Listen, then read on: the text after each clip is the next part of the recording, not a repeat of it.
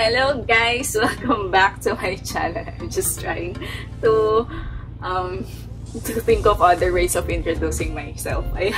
So, welcome back to my channel. So again, this is the second time that I will be discussing on cam.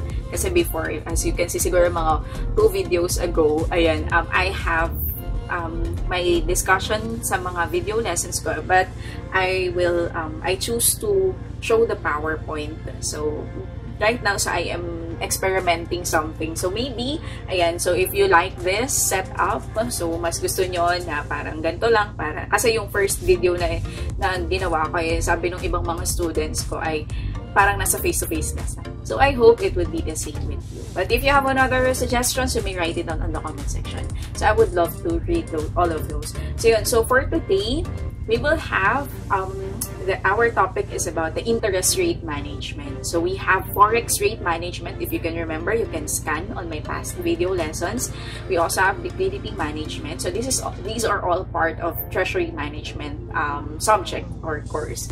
So, today, we will learn about the interest rate management. So, we will see paano ba nakaka-affect ang interest rate sa isang kumpanya. And kahit hindi ka bangko, okay? So, or other financial institution, kahit isa kang factory or isang maliit pa lang na negosyo, paano yun makaka-affect ba? Yung fluctuation ng interest rate, how does it will affect your company? And also, we will try to answer those questions like, ano ba ang mga pwedeng tips or strategies na pwedeng gawin para ma-manage yung interest rate. Ayan. So, those are some of the things that we will discuss today. But before that, okay, so I would like to plead with you, ayan, na if first time mong manood sa video na ito, so I hope that you will be liking this video if you like it. So, and then subscribe on this channel because I will be uploading more video lessons in the future. So, maybe it will help you. So, yun. So, and you may share it on your classmates and friends. So, if you think this could help them, especially those business people or mga starting pa lang sa business, o kaya naman ay nag-aaral ng business management. So, yun. So, now, let's start. So, let's go back muna. So, what interest rate is. So, balikan lang natin. So, alam naman na natin itong lahat. So, just a review. So, ang interest rate is, for example, nag-save ka sa bangko. For example, nag-save kang 100,000. Tapos, after a month, nadagdagan yung 100,000 mo, kumita. Okay? Ang tawag doon sa percentage nung kita mo na yon, okay, is doon sa percentage over doon sa principal amount na sinave mo. Ang tawag doon, yun yung interest or yung interest rate.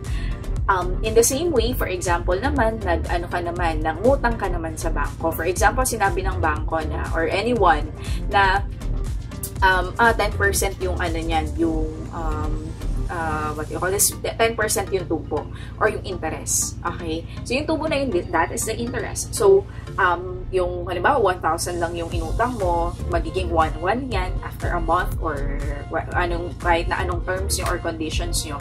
So, yun. So, ang tawag doon, interest rate. So, yun. So, now, let's see, ano ang mga risk na meron sa interest rate. So, una is, in the company, ang possibility ng change in interest rate has a negative impact sa company's profits.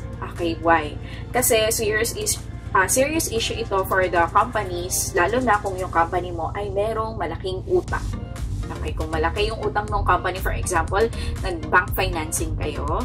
So, yun, tapos, biglang, halimbawa, ang interest, halimbawa, sinabi ng bangko, ito na yung pinakamababang interest rate, 1% lang yung interest niyan. Pero kung napakalaki ng utang mo, yung 1%, kung 1 million yan, that's a huge amount.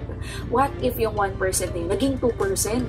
Diba, 1% lang naman yung difference doon sa original na interest. Pero, that would be a huge amount again kapag sobrang laki ng pera mo. And we have to remember that a small hike, kahit lang sobrang liit lang or kahit 0.01% lang ang taas ng interest rate na yan, it can still have an either negative or positive impact on your profits. So yun. So if you remember, sa incomes or sa financial statements natin, nakalagay dyan ang interest expense or interest income. So ano yan, pwedeng maapektuhan yung dalawa na yun, lalo na pag tumaas yung interest rate, tataas ang interest expense nyo. So yun, so kahit na gaano pa karami or kaliit or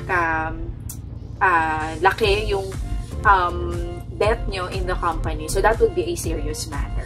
And pangalawa is, yes, a company incurs interest rate risk whenever we borrow or we extend credit to others. So yun, so that's the interest rate risk. So now, ano namang alam naman natin when we say management, so we do it scientifically. So dapat may method yung pagma-manage ng interest rate. Ano naman yung objectives why we manage the interest rate? So number one is to safeguard company profits. So yun. So again, sabi ko nga kanina, either madalas na apektuhan ang company natin ng interest rate na hike kapag negatively, kasi nga tataas yung interest expense natin. So when we manage the interest rate ng maayos, so we can safeguard our company profits. Number two is we can reduce the volatility of interest rates, and number three, we can lock in exceptionally favorable interest rates. So ano po ito, ma'am? So kapag alam mo na kung kailan yung halimbawa na pag-aralan nyo na pababa yung interest rate o kaya pataas naman, di ba, pag-aralan nyo pababa, okay, you can take advantage with that. So yun, so you can lalo na kung kailangan nyo talagang umutang, pwede nyo i-timing yung borrowing nyo, yung time ng pangungutang nyo kapag nandoon na kayo sa favorable na mga interest rate or yung medyo unusual na low rates compared to yung mga normal na rate ng pautang. So yun, so you can take advantage of that. Ibig sabihin, syempre, kapag nag-lock in kayo in the favorable interest rate, is you can again, you can safeguard your company's profits, or you can mababawasan nyo yung interest expense. So that's those are some of the objectives of interest rate management. So yun. So next is the strategies that we can do, ayan, para ma-manage ang ating interest rate. So yun. So number one is cash netting. What is that, ma'am? This is used to reduce settlement, credit, and other financial risk between two or more parties. So that's cash netting. Maraming strategies ang pwede natin gawin para ma-manage yung interest risk. And bago natin ma-address yung or tingnan yung outside na pwede nating gawin, it is very important that we should first explore sa kung ano yung mga possibilities o ano yung mga pwede nating gawing solution within the company muna or internal muna. So parang sa financing din, if you can still remember, kapag ba kulang ng pera yung company, they can opt to internal or external financing. And advisable is internal muna. Syempre, kasi magastos kapag external. May mga risk din. So, sa internal muna, hanap muna kayo. It's the same with pag mangungutang. Okay, so dapat mag-cash net muna kayo.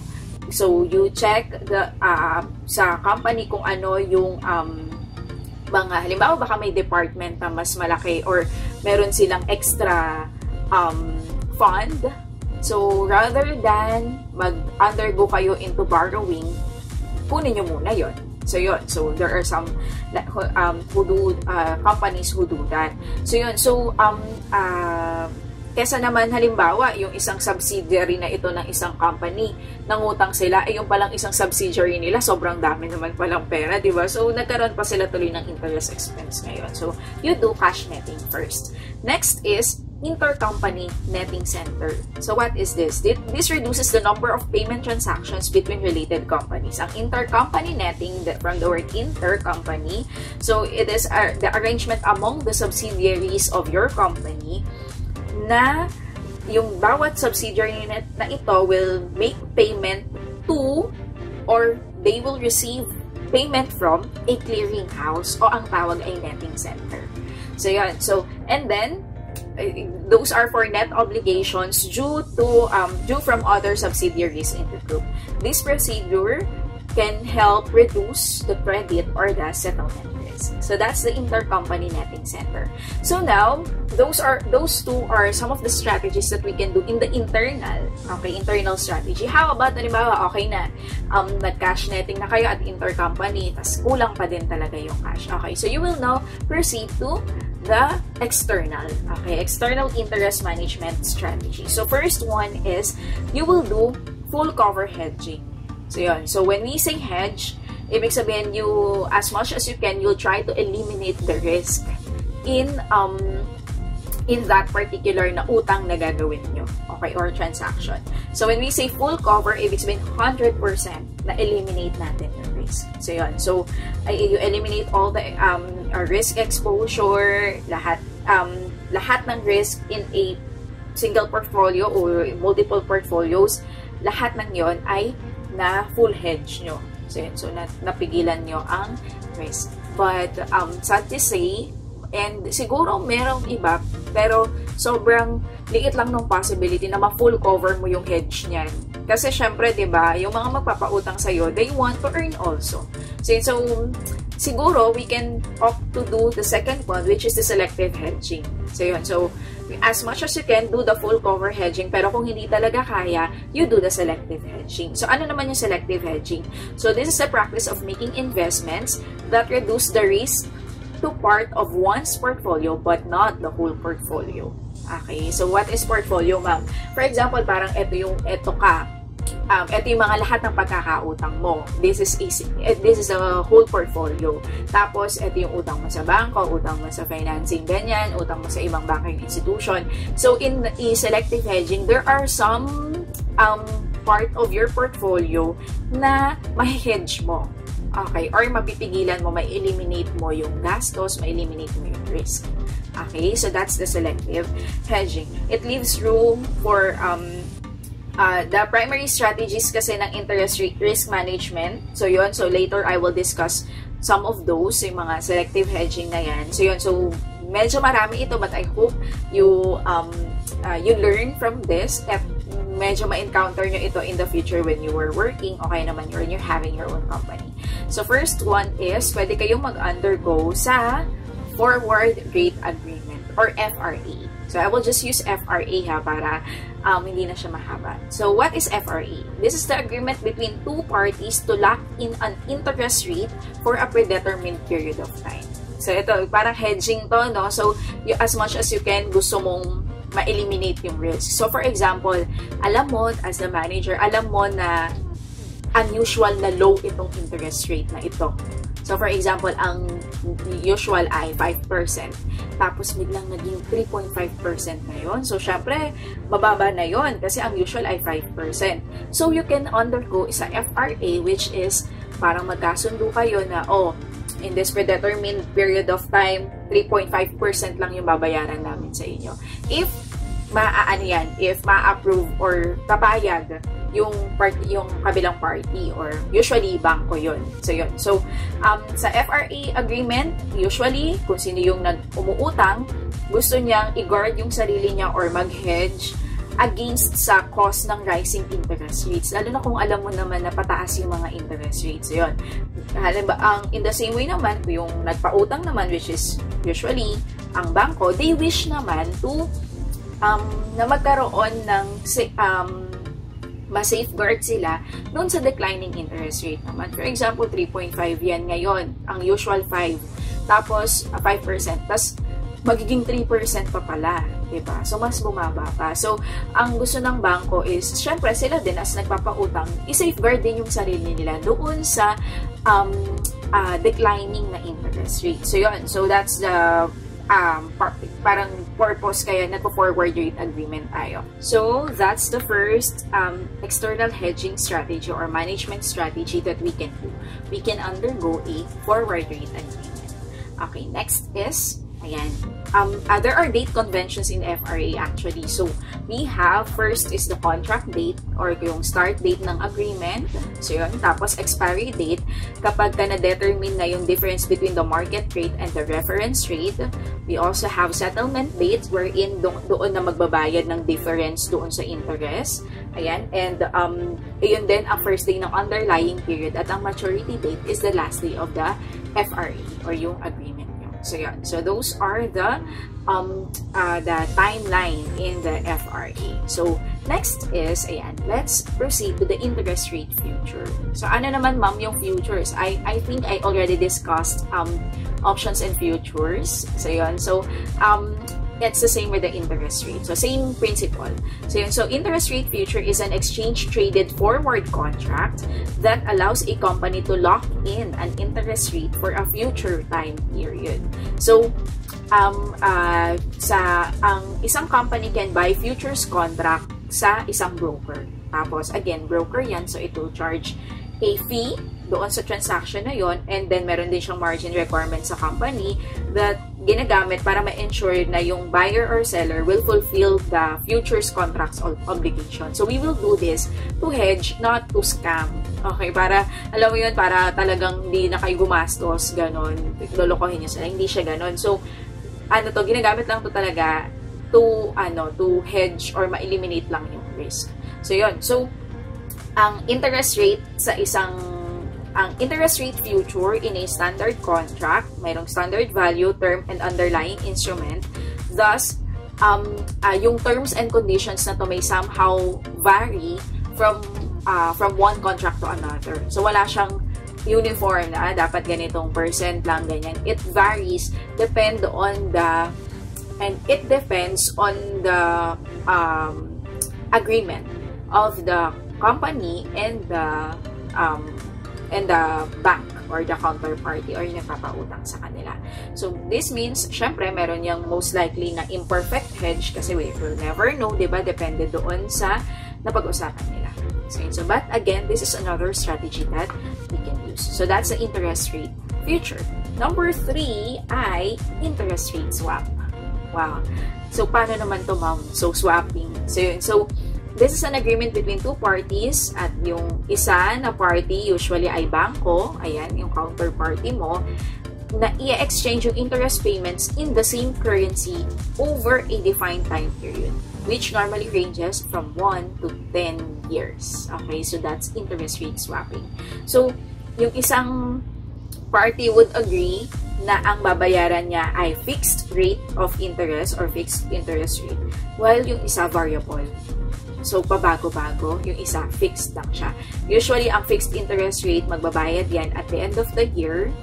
Si variable interest rate, every quarter. Kasi, pabago-bago nga yun. So, yun. So, pag nag-engage kayo ng swap, yung isang company, you can shift from fixed to variable payments or vice versa.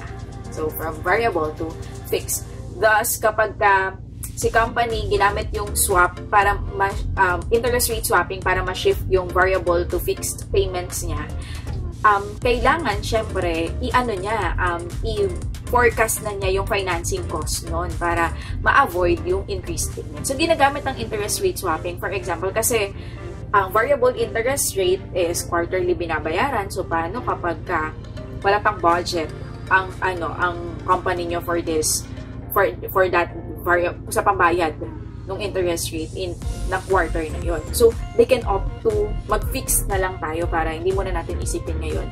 Isipin na natin at the end of the year or at the end of the fiscal year. Ang problema is, so dapat i-forecast mo na yan. Kasi medyo malaki yun, di ba? At the end of the year mo babayaran. So, naipon yun for sure. Pero usually, mas mababa yun. So, yun nga lang, mas mababa kung per month mo titingnan. Pero, mas malaki yung ilalabas mo. But again, kailangan mo i-forecast kung ano yung mas cost for the company. Kasi nga, strategy mo to para ma-eliminate kahit papano yung risk for the company. So, dapat, alam mo yan, or dapat pag-aralan bago mag-engage into swapping. Next is the interest rate cap option. So, ano naman yung interest rate capping? It allows a company to limit the extent of interest rate increases while still retaining some of the benefit if interest rates subsequently decline. So, ang cap rates it limits you or yung borrower sa risk ng rising interest rate, pero it also allows the lender to earn a higher return kapag medyo bumaba yung interest rate. So yun. So that's the interest rate cap option.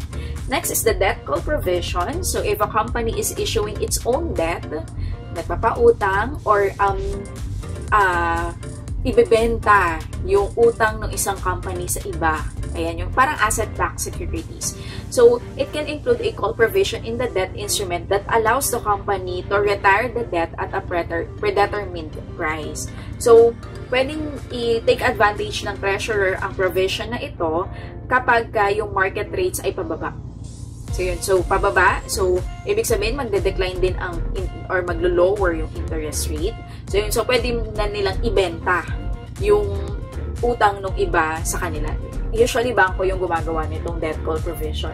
Tapos, halimbawa, they will sell it to a third-party company or agency or financial institution. Tapos, that financial institution na yung bahalang maningil for that debt. Tapos, they will get, for example, the premium of that utang. So, yun. So, yun nga, ginagamit yun usually ng mga banks para, syempre, malimit yung risk sa kanila na bumaba yung interest rate nung particular debt na yun compared to, and lalo kung hindi na talaga mababayaran. So, yun. So, that's the debt call provision. So, we have, ayan, I think this is the fifth one. Ayan, the options contract. This is a trade that gives the buyer the right to buy or sell an amount of futures contracts at some date in the future. So here, I thought na pag-aralan na rin natin ng futures, options and futures. So options naman is, mayroon kang karapatan para bumili or magbenta ng futures contract at some time in the future. So parang nakalagay na doon kung, halimbawa, in the period of 5 years, 10 years, gano'n. So, we have two parang options or two types ng options contract. Number one is the call option and the put option. Ang call option is it protects the option buyer from rising interest rate, whereas the put option, it protects the option buyer from declining naman. So, ang call option will give the buyer the right or pero hindi sila obligado. So they can decide on themselves kapag on this period of time they can they have the right to buy that security. Okay? So yun, so that's the option at this price. Okay? So for example, sinabi natin 1 year. So in that 1 year, they can decide if they will buy that or not. Okay lang kahit hindi nila bilhin. Okay? So yan, sa put option naman is, it gives the buyer the right, pero not the obligation to sell the underlying security. So, ang call option is you will buy that security at this specified time. Ang put option naman is you will sell that security at this specified time. Whether you sell that or not, it's okay. Okay? Kasi you have just given a right to do that. Alright, so yun. So that's the types of options contract. Next is number 6 ay ang swaptions. Okay, from mix ng swap at options. Ayan.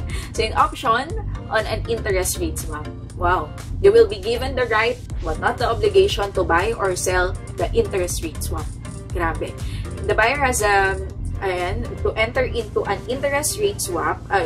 You have the right but not the obligation to enter in an interest rate swap with the following terms, iba-ibang terms at may expiration din until the expiration of that option.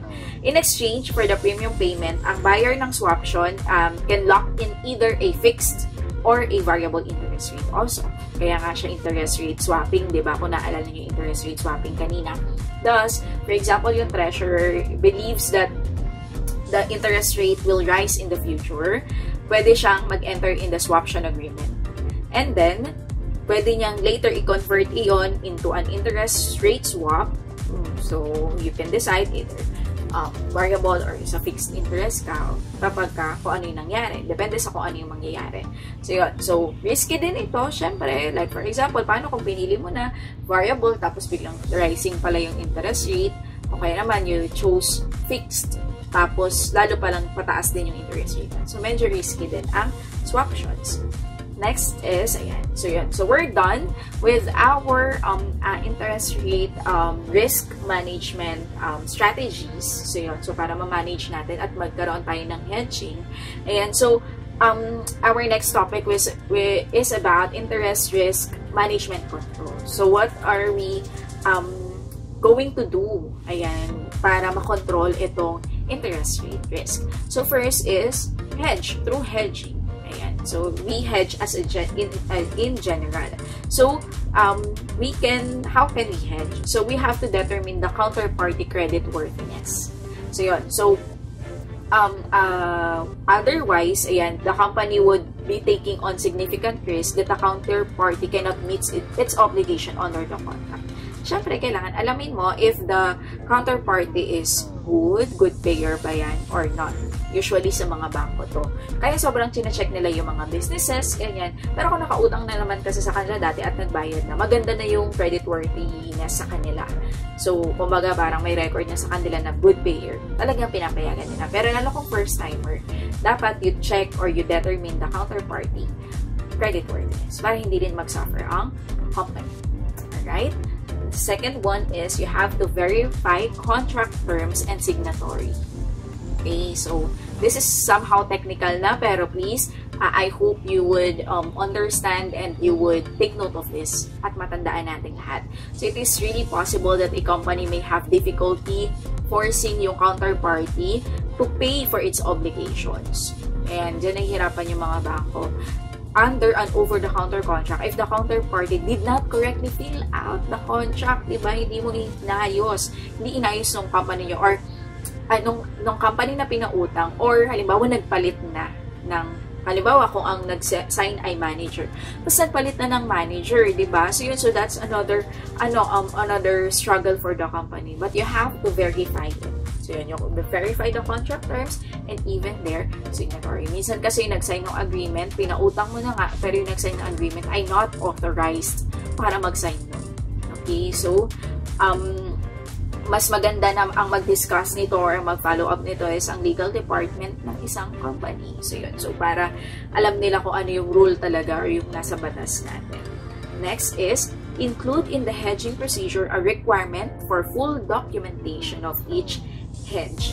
Okay, so hedging transactions are only allowed under GAAP or generally accepted accounting principles if they are fully documented at the inception of the hedge. So dapat i-document lahat. So one can ensure compliance by including the documentation requirement in an accounting procedure for creating hedges. So nire-require din talaga ito ng GAAP.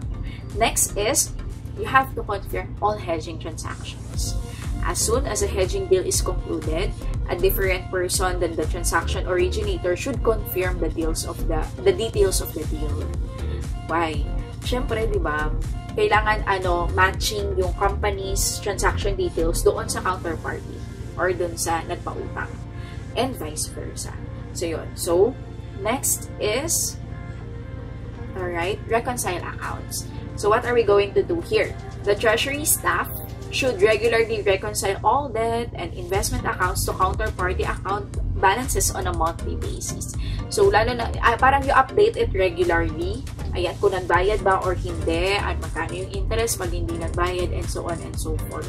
So, yun. So, if there is a serious problem, then the control should provide for an immediate escalation of the issue to the higher level of management. Hindi na kasi siya, hindi siya maliit na issue lang. Kasi utang ito So, yun. So, dapat talaga lagay or i-escalate na. So, this review can be supplemented by periodic unscheduled reconciliation by your internal audit staff. So, yun. So, reconcile accounts from time to time, i-update yan. Alright? Next is, ayan, so we also have full risk modeling. Okay, so what are we going to do with the full risk modeling?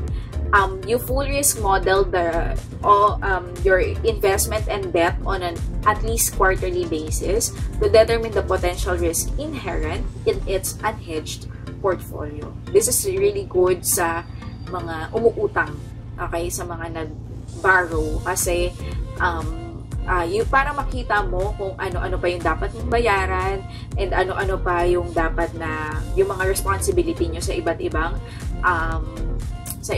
pang financial institution. So yun, so kasi one more thing is it also para ma-determine mo what the company's gain or loss would have been on a rolling historical basis if it had not engaged in hedging transactions. So, mapapag-aralan mo, dapat pala sa susunod, we should not borrow anymore, or dapat pala sa susunod, ganito yung gawin natin as part of the hedging. So, yun. So, that's the full risk modeling. So, we're done with the hedging in general. So, ngayon naman, let's discuss the cash flow hedges. So, this is a parang practical tip. So, you have to include in the monthly financial statement procedure a review of the recoverability of cash flow hedge losses. So, sa GAAP kasi, so it requires that yung mga hindi na ma-recover na cash flow hedge loss, yan siya pinalugi, you shift it from the current in the current period from other comprehensive income to earnings. Okay, so since this can only result in a reduced level of earnings, so makikita na mababa yung kita nyo, minsan yung accounting personnel hindi na nila nire-review yun, but it is really important. So you include the step in the monthly procedure. This is a good way to ensure prompt loss recognition para makita nyo sa company nyo if you are losing it or not, at matuto kayo in the same way. So yun. So next is you also have to include in the monthly financial statement procedure a review of the likely occurrence of forecasted cash flow transactions. So sa GAAP then, it requires that any accumulated gain or loss on the record in the comprehensive income statement, you shift it into earnings as soon as it becomes probable that the forecasted cash flow transaction will not take place. So, you include a standard periodic review of forecasted transaction in the monthly procedure. This is a good way to ensure that prompt inclusion of accumulated gains or loss in your earnings. So, para sa inyo din naman ito, para sa isang company na rin naman ito kasi they can know if they are earning or not, or they are losing in their transactions. Next is, so cash flow hedges again, you compare hedging effectiveness assessments to the corporate policy setting forth effectiveness ranges. So, the GAAP also does not specify the exact amount by which yung mga hedging instruments and the hedged item must offset each other. So, wala naman silang ganong provision. So, para makita na highly effective yung particular corporate policy na yun. So, yung control na ito is intended to ensure na yung policy that you are doing in your company is followed when making effectiveness assessments. So, comparison sa corporate policy noong hedging effectiveness assessment ninyo should be included in the assessment procedure.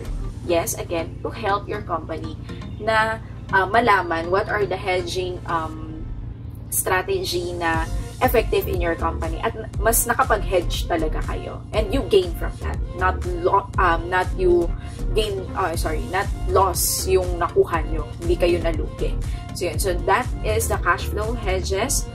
So we're done with our interest rate management. So I hope that you learned a lot in this lesson, and please, I hope that you will be able to like this video, subscribe, and share this video to your friends and classmates. So thank you so much. I hope to see you on my next lesson videos, and I hope that you learned a lot in this video. Goodbye, thank you, and God bless everyone.